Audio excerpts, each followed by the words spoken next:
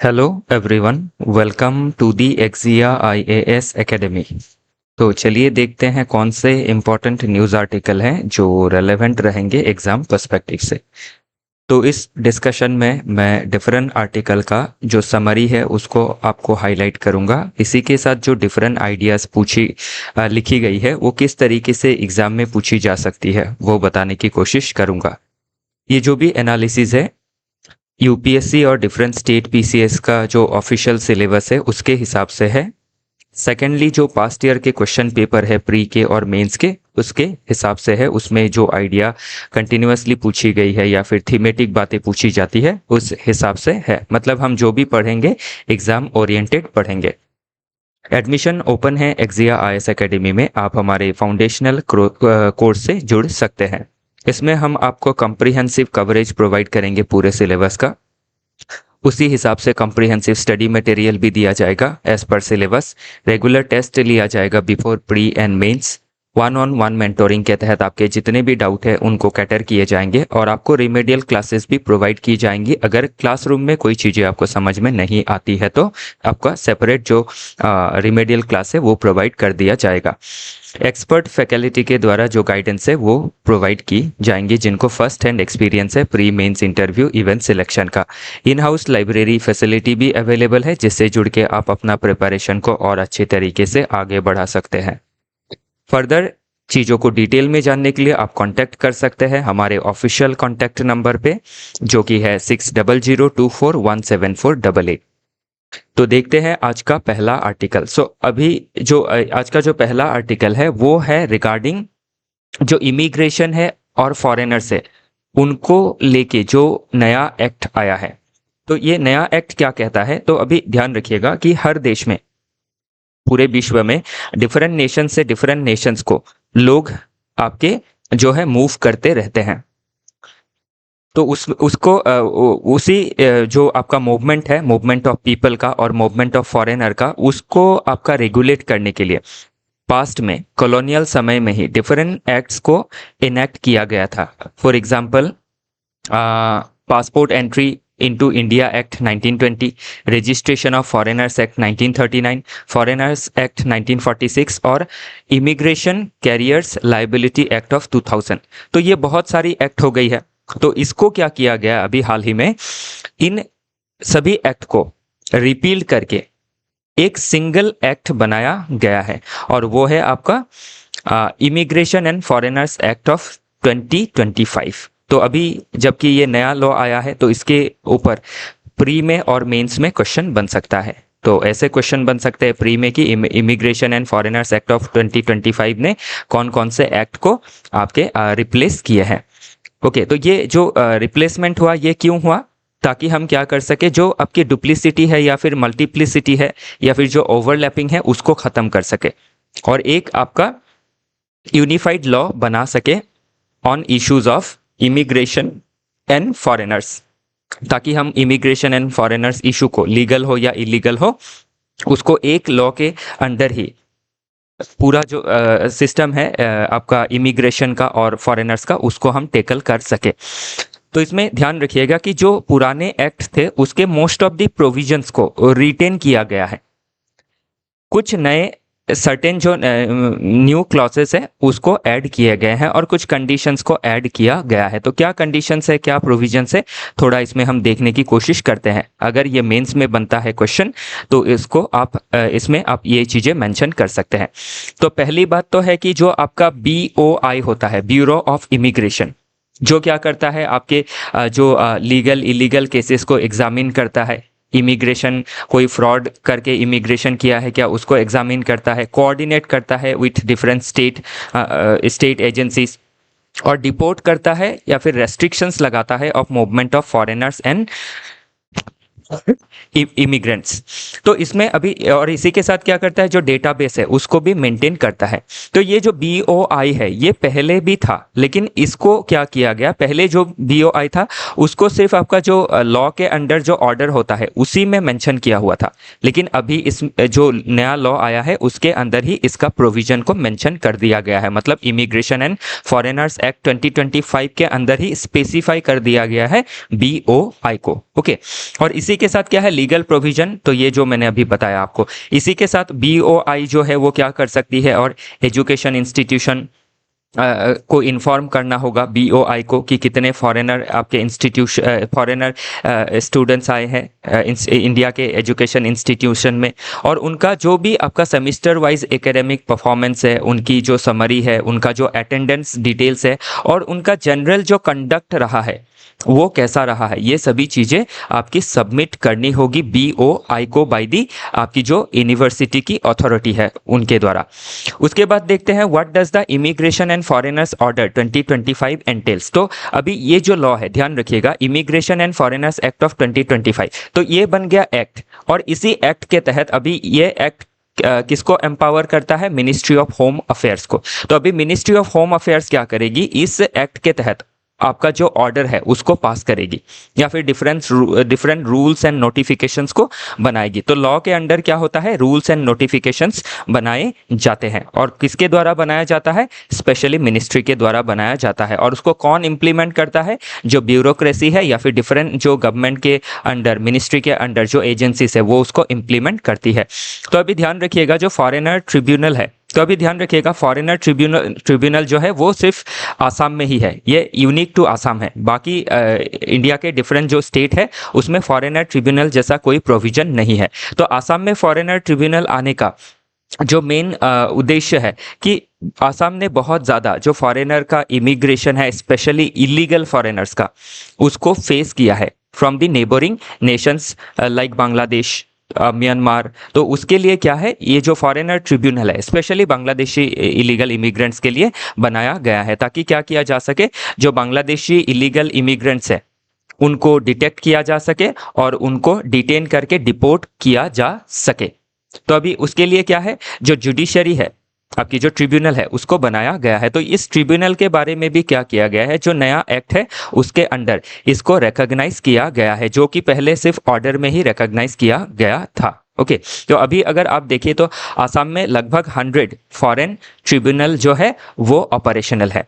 और अभी आपका एनआरसी भी 2019 में पब्लिश हुआ है। तो हाल ही में एनआरसी को लेके भी काफ़ी चर्चे हैं, क्योंकि स्टेट गवर्नमेंट जो है इसको चैलेंज कर रही है। तो अभी क्या है, जो एनआरसी है उसको प्रोबेबली फिर से वेरीफाई किया जा सकता है, क्योंकि जो एक्सपेक्टेड इलीगल फॉरेनर्स होने चाहिए थे वो कम से कम करोड़ में होने चाहिए थे, लेकिन सिर्फ 19 लाख ही एक्सक्लूड हुआ है। तो इसमें सीरियस जो डिस्क्रिपेंसी है वो देखी गई है, तो इसीलिए इसको चैलेंज किया गया है। तो अभी जब चैलेंज किया गया है तो डिफरेंट सिटीजन्स का आपका जो सिटीजनशिप है उसको वेरीफाई किया जाएगा। अगर वो वेरीफाई नहीं करा सकते हैं, आइडेंटिफाई नहीं करा सकते हैं, तो क्या होगा, आपका जो फॉरेनर ट्रिब्यूनल है वो उनको डिटेन्ड कर सकेगी। ओके और इसी के साथ ध्यान रखिएगा जो हमारी बॉर्डर सिक्योरिटी फोर्स है, तो बॉर्डर सिक्योरिटी फोर्स कौन से बॉर्डर को प्रोटेक्ट करती है, हमारे देश में 7 पैरामिलिट्री फोर्स है, like BSF, CRPF, CISF, SSB, ITBP. तो उसी तरह बीएसएफ है। तो बीएसएफ जो इंडिया बांग्लादेश बॉर्डर है, इंडिया पाकिस्तान बॉर्डर है, वहाँ पे हमारे बॉर्डर को गार्ड करती है। तो बीएसएफ और असम राइफल गार्ड करती है इंडिया म्यांमार बॉर्डर को। तो इनको अभी इस लॉ के तहत, ये जो लॉ है इसके तहत एम्पावर किया गया है कि ये क्या कर सकते हैं, बॉर्डर से ही जो इलीगल फॉरेनर्स है उनका बायोमेट्रिक्स को कलेक्ट करके उनको फिर बॉर्डर से ही अपने देश को भेज सकते हैं। तो ये चीज़ें इसमें क्या है, मेंशन की गई है। फिर जो आपका immigration and foreigners exemption order है, तो अभी ध्यान रखिएगा ये जो immigration and foreigners act of 2025 है, इसी के तहत immigration and foreigners exemption order को निकाला है 2025 के लिए। तो इस ऑर्डर में क्या है, इसको लेके काफ़ी आपकी क्रिटिसिज्म भी झेल रही है सरकार। तो इसमें क्या लिखा हुआ है कि जो नेपाली सिटीज़न है या फिर वोटानिश है या फिर टिबेटियन है, उनको आपके एग्जाम्पशन दिया गया है। मतलब जो भी डिपोर्टेशन होगा इस लॉ के तहत, तो आपके ये 3 नेशनल्स के डिपोर्टेशन नहीं होंगे, ये रुक सकते हैं। फिर श्रीलंकन जो तमिल नेशनल्स है वो भी आपके रुक सकते हैं। तो ये जो श्रीलंकन तमिल्स, काफ़ी सारे तमिल्स जो स्पेशली आपके साउदर्न स्टेट में अभी आपका इनको रिफ्यूज दिया गया है, तो ये भी आपके रह सकते हैं, इनको भी डिपोर्ट नहीं किया जा सकेगा। ओके और इसी के साथ क्या है, जो और अनडॉक्यूमेंटेड मेंबर है ऑफ 6 माइनॉरिटी कम्युनिटीज़, तो ये जो सिटीजनशिप अमेंडमेंट एक्ट पास किया गया था, उसके तहत जो सिटीजनशिप का प्रोविजन दिया गया था कि जो 2014 31 दिसंबर से पहले आए हैं 3 देशों से, अफगानिस्तान, बांग्लादेश एंड पाकिस्तान, और 6 माइनॉरिटी जो कम्युनिटी है उनको भी आपका जो एग्जाम्पशन दिया गया है, मतलब उनको अरेस्ट किया जाना या फिर डिपोर्ट नहीं किया जा सकेगा या फिर उनके ऊपर ट्रायल नहीं चलाई जा सकेगी, और इनको लॉन्ग टर्म वीज़ा का प्रोविजन भी दिया जाएगा। ध्यान रखिएगा, not applicable to Sri Lankan Tamils. तो इसको लेके भी क्रिटिसिज्म आया है कि अगर ये प्रोविजन बाकी 6 माइनॉरिटी कम्युनिटीज़ के लिए है कि लॉन्ग टर्म वीज़ा को अप्लाई कर सकते हैं, तो क्यों श्रीलंकन तमिल्स नहीं कर सकती है। तो इसको लेके भी क्या है, थोड़ा बहुत क्रिटिसिज्म आया है। तो ध्यान रखिएगा, ये लॉ जब भी पूछा जाएगा तो आपको इसके जो पर्टिकुलर अच्छे मेरिट साइड है उसको दिखाना होगा और डीमेरिट साइड को भी आपको लिखना होगा और उसी के साथ वे फॉरवर्ड इसका लिखना होगा। नेक्स्ट आर्टिकल बात करता है Nepal to France, not every revolt is a turning point.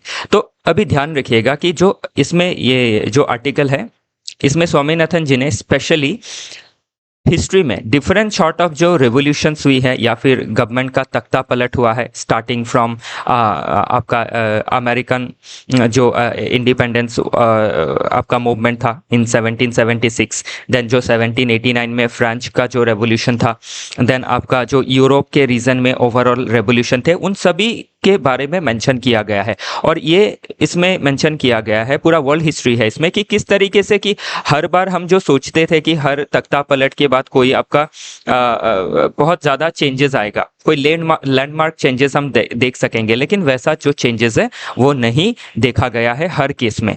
Okay तो अभी इसमें ये आपके जो नेपाल में जो प्रोटेस्ट हुआ है उसके बाद ही इन चीज़ों को इसमें मेंशन किया गया है कि वर्ल्ड क्या कर रहा है, समय से ही, टाइम इमेमोरियल से ही डिफरेंट सॉर्ट ऑफ रिवॉल्ट्स को फेस करते आया है against life and politics as usual है। तो हाल ही में हम नेपाल में, इंडोनेशिया में, इवन आपके फ्रांस में भी जो प्रोटेस्ट है वो देखी गई है, क्योंकि लोग क्या है, वाइड स्प्रेड फीलिंग महसूस कर रहे हैं कि people are getting left behind, कि पीपल पीछे छूट रहे हैं और जो रूलर्स है, जो इलीट है, जो रूल कर रहे हैं, वही आगे बढ़ रहे हैं, उनको सुख सुविधाएं मिल रही है और बाकी सोसाइटी में जो इनइक्वालिटी है, इनजस्टिस है, उसका कोई तोड़ नहीं निकल पा रहा है। जबकि पब्लिक क्या कर रही है, कंटिन्यूसली जो हार्ड अर्न मनी है उसका टैक्स पे कर रही है। तो अर्लियर अगर देखें कुछ समय पहले, तो श्रीलंका में हम देख सकते हैं, बांग्लादेश में जो तख्ता पलट है वो देख सकते हैं, फिर आपके म्यांमार में भी जो अनरेस्ट है वो भी हम इसमें देख सकते हैं। तो इसमें ओके तो ये इसमें मेंशन किया गया है कि empty vessel makes much noise. तो इसमें इसका तात्पर्य यही है कि जितने भी आपके रेवोल्यूशंस हुए हैं, प्रोटेस्ट हुए हैं, तो सभी ने लैंडमार्क चेंजेस नहीं लाई है, लेकिन काफ़ी चेंजेस है, काफ़ी रेवोल्यूशंस है जिसने काफ़ी ज़्यादा चेंजेस लाई है। फॉर एग्जांपल 1991 में जो यूएसएसआर है उसका पतन हो गया और 15 न्यू नेशंस का जन्म हुआ। तो वो सभी चीज़ें क्या है, थोड़ी आपकी लैंडमार्क रही है। या फिर 1789 का जो फ्रेंच रेवोल्यूशन है उसके बारे में भी आप मेंशन कर सकते हैं। तो इसमें क्या है, पूरा वर्ल्ड हिस्ट्री जो है वो हमारा थोड़ा बहुत रिवीजन हो जाता है कि किस तरीके से डिफरेंट समय पे, डिफरेंट रीजन में जो रूलर्स है उनके जो आपके अनडेमोक्रेटिक रूलिंग है, या फिर जो करप्शन है, या फिर जो लॉलेसनेस है, या फिर पीपल के साथ जो इनजस्टिस है, इनइक्वालिटी है, उसके अगेंस्ट किस तरीके से पब्लिक भड़की है, डेमोक्रेसी का डेवलपमेंट हुआ है, कॉन्स्टिट्यूशनलिज्म का डेवलपमेंट हुआ है, ह्यूमन राइट्स का डेवलपमेंट हुआ है। तो उन सभी चीज़ों को मेंशन किया गया है। तो अभी क्या है, जो डिफरेंट इवेंट्स है उसके बारे में आपको जीएस पेपर 1 में पूछा जा सकता है कि किस तरीके से constitutionalism, democracy, value of democracy, value of equality, justice, Republic किस तरीके से डेवलप हुआ है। तो आपको इन सभी चीज़ों को मेंशन करना पड़ेगा। तो अभी ध्यान रखिएगा, इसमें बहुत जगह पे जो आपके ऑथर है उन्होंने बताया है कि हमें लगता है कि बहुत कुछ चेंजेस आएगा। फॉर एग्जांपल जब 1991 में सोवियत यूनियन का पतन हुआ तो ऐसा लगा कि आपका जो हिस्ट्री है वो यहीं पे एंड हो रहा है। तो ये किसने कहा था, फ्रांसिस फुकुयामा। तो उनका एक किताब है the end of history and the last man. तो उसमें उन्होंने कहा था कि अभी और जो कम्युनिज्म है उसका कोलैप्स हो गया है, कैपिटलिज्म ने जो वॉर है उसको आपका उसमें विजेता हासिल की है। तो इसमें यूएसए ने डिफीट किया है कौन से आइडियोलॉजी को, जो कम्युनिस्ट आइडियोलॉजी है। लेकिन फिर भी देखा गया कि चाइना का राइज होने लगा, चाइना ने अपने आप को रिफॉर्म किया और जो कम्युनिस्ट आइडियोलॉजी है अभी भी बरकरार है। और इसी के साथ अब ये जो फ्रांसिस फुकुयामा ने लिखा था कि एंड ऑफ हिस्ट्री है, तो इनको काउंटर करते हुए आपके सैमुअल पी हंटिंगटन ने लिखा था द क्लैश ऑफ सिविलाइजेशन, कि अभी ऐसा लग रहा है कि एंड ऑफ हिस्ट्री हो गया है लेकिन नहीं हुआ है, अभी क्लैश ऑफ सिविलाइजेशन होगा। तो अभी आप देख सकते हैं कि जैसे जो वेस्ट एशिया है वो किस तरीके से आपके वेस्टर्न जो नेशन है उनके साथ एक क्लैश में है, कि जो वेस्टर्न आइडियोलॉजी है उनको एक्सेप्ट नहीं करती है और वेस्ट की जो आइडियोलॉजी है या फिर जो वे ऑफ लाइफ है उसको वो इंटैक्ट रखना चाहती है। तो अभी हम एक क्लैश ऑफ सिविलाइजेशन देख सकते हैं। तो ध्यान रखिएगा ये जो भी क्लैश है, जो भी आइडियोलॉजिकल बैटल है, ये हमें क्या करती है, हमारी जो सिविलाइजेशन है उसको इम्प्रूव करती है, जो आइडियोलॉजी है उसको इम्प्रूव करती है, क्योंकि डिफरेंट सॉर्ट ऑफ बैटल होते होते ही क्या हुआ है, कॉन्स्टिट्यूशन का, डेमोक्रेसी का, फंडामेंटल राइट्स का डेवलपमेंट हुआ है। ओके, काफ़ी इंटरेस्टिंग आर्टिकल है ये। नेक्स्ट आर्टिकल बात कर रहा है अबाउट भूपेन हाजोरिका जी के बारे में। तो हाल ही में ऑनरेबल पीएम साहब ने असम विजिट किया और जो आपके 100वां जन्मदिन है सुधाकंठ भूपेन हाजोरिका जी का, उसके सेलिब्रेशन में उन्होंने पार्ट लिया। और जो भूपेन हाजोरिका जी के जो सॉन्ग है उसमें किस तरीके से जो एक आपकी ह्यूमैनिटी झलकती है, एक कंपैशन झलकती है, उसके बारे में उन्होंने मेंशन किया। लाइक भूपेन हाजोरिका जो मेरा भी पर्सनल फेवरेट है, मानु है मानुहर बाबे जोदी है अकोनु न भाबे। अगर इंसान ही इंसान के बारे में नहीं सोचेंगे तो कौन सोचेगा, क्योंकि हम किस में रहते हैं, किंगडम ऑफ ह्यूमन में रहते हैं। तो इसीलिए हमारे अंदर कंपैशन होना, अपने एक दूसरे भाई के लिए, बहन के लिए जो प्यार है या फिर जो कंपैशन है, जो काइंडनेस है, जो ह्यूमैनिटी है, वो रहना काफ़ी ज़रूरी है। तो भूपेन हाजोरिका जी के जो सॉन्ग है उसमें आप लोकल, रीजनल, नेशनल, ग्लोबल, हर तबके के जो लोगों का जो प्रॉब्लम है उसके बारे में आप एक मेंशन देखेंगे। इसीलिए क्या है, भूपेन हाजोरिका जी को या फिर उनके कंट्रीब्यूशन के लिए भारत का सबसे जो हाईएस्ट सिविलियन अवार्ड है भारत रत्न, उससे भी नवाजा गया है। और उन्हीं के आपके कॉमेमोरेशन में 100 रुपये का जो कॉइन है उसको भी इंट्रोड्यूस किया गया है और उनके ऊपर एक बायोग्राफी भी इनॉग्रेट की गई है by honourable PM Narendra Modi ji. Okay, इसके बाद और इसमें क्या डिटेल्स है जो मैं आपको बता सकता हूँ, बाकी ध्यान रखिएगा भूपेन हाजोरिका जी के बारे में यूपीएससी में, प्रीलिम्स में, मेंस में। देन सेकेंडली आपके नॉर्थ ईस्ट में जो स्टेट पीसीएस है उसमें क्वेश्चन पूछा जा सकता है, क्योंकि भूपेन हाजोरिका जी ने ओवरऑल अगर नॉर्थ ईस्ट के पर्सपेक्टिव से देखें तो भी काफ़ी कंट्रीब्यूशन दी है, गाने में हो या फिर म्यूज़िक में हो या फिर फिल्म में हो, और उनका पॉलिटिक्स में भी कंट्रीब्यूशन हम देख सकते हैं। तो काफ़ी वर्सेटाइल व्यक्ति थे और इनका जो व्यक्तित्व था वो हमें आज भी जो है अभिभूत करता है। तो ये सभी चीज़ें हमें देखनी ज़रूरी रहेंगी। नेक्स्ट है, इसी में मेंशन किया गया है, जबकि आपके ऑनरेबल पीएम दौरे पे हैं नॉर्थ ईस्ट के, तो इसके दौरान जो 5,000 करोड़ का बैम्बो बेस्ड इथेनॉल प्लांट है इन नुमलीगढ़ रिफाइनरी, वो भी इनॉग्रेट करेंगे। तो इससे क्या है, नॉर्थ ईस्ट में जो बैम्बो बेस्ड इकोनॉमी है उसका डेवलपमेंट होगा, जो ग्रीन एनर्जी का ट्रांजिशन है उसमें डेवलपमेंट देखा जा सकेगा, जो फार्मर्स है उनके इनकम में ट्रांजिशन देखे जा सकते हैं, नेशन स्टेट की जीडीपी,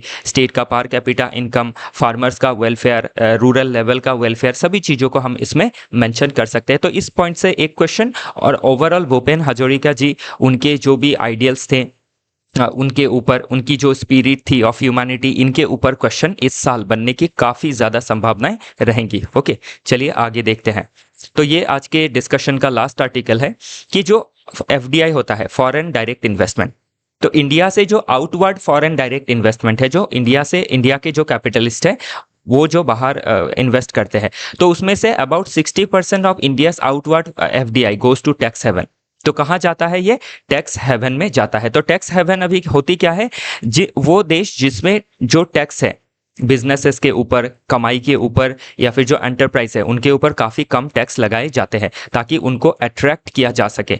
क्योंकि जो छोटे नेशंस है लाइक मॉरिशियस है, यूएई है, नीदरलैंड है, स्विट्जरलैंड है, ये काफ़ी छोटे देश है या फिर इनके अंदर जो बहुत ज़्यादा रिसोर्सेस नहीं पाई जाती है। तो इसीलिए क्या करते हैं, इनके अंदर, इनके देश के अंदर इंडस्ट्रियलाइजेशन होने के लिए जो कैपिटलिस्ट है उनको अट्रैक्ट करने के लिए टैक्सेस जो है वो काफ़ी कम रखते हैं, जैसे कॉरपोरेट टैक्स हो जो आपके कॉरपोरेट कमाई के ऊपर लगती है, या फिर इनकम टैक्स हो, ये सभी चीज़ें कम रहती है। तो इसी वजह से जो हमारी देश की कंपनीज है वो या फिर इन्वेस्टर्स है वो क्या करते हैं, अपना जो बिजनेस का बेस है वो सिंगापुर, मॉरिशस इन जैसे देशों में बनाते हैं। और इसमें क्यों बनाते हैं, इससे इनको बहुत सुविधा भी होता है। फॉर एग्जांपल टैक्स की बचत हो जाती है, दूसरा जो रजिस्ट्रेशन है वो उसमें सुविधा होता है, तीसरा जो ईज ऑफ डूइंग बिजनेस है वो है, चौथा ये इन छोटे देशों से वो बाकी बड़े देशों में बिजनेस कर सकते हैं। तो ये हो गया इनका जो पॉजिटिव साइड है। और जो नेगेटिव साइड एक है जो काफ़ी चर्चे में रहता है then the negative positive side, वो है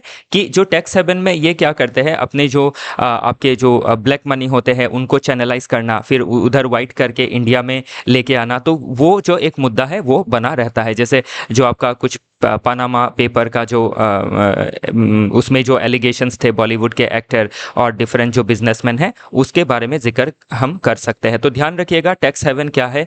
टैक्स हेवन रेफर्स टू करके 4 स्टेटमेंट दिया जा सकता है, उससे क्वेश्चन पूछे जा सकते हैं। और ओवरऑल टैक्स हेवन के बारे में मेंस में क्वेश्चन बन सकता है। तो उसमें ध्यान रखिएगा टैक्स हेवन का पूरा मार्केट में ओके या फिर पूरे डिस्कशन में चर्चे में खाली नेगेटिव चर्चे में रहता है, तो सिर्फ नेगेटिव पॉइंट से इसको मत लिखिएगा। इसका जो पॉजिटिव पॉइंट मैंने स्टार्टिंग में ही बताया कि रजिस्ट्रेशन में सुविधा है, ईज ऑफ डूइंग बिजनेस है, तो इन सभी चीज़ों को फिर अपने बिजनेसेस को फैला सकते हैं। ओके, बाकी जो कंसेशंस है वो स्टेट से मिलती है, तो ये सभी चीज़ें आपको मेंशन करनी ज़रूरी रहेंगी। इसी के साथ आज का जो डिस्कशन है वो समाप्त होता है। कल फिर मिलेंगे डिफरेंट आर्टिकल के साथ। हमारे साथ जुड़े रहने के लिए आप सभी का बहुत बहुत धन्यवाद।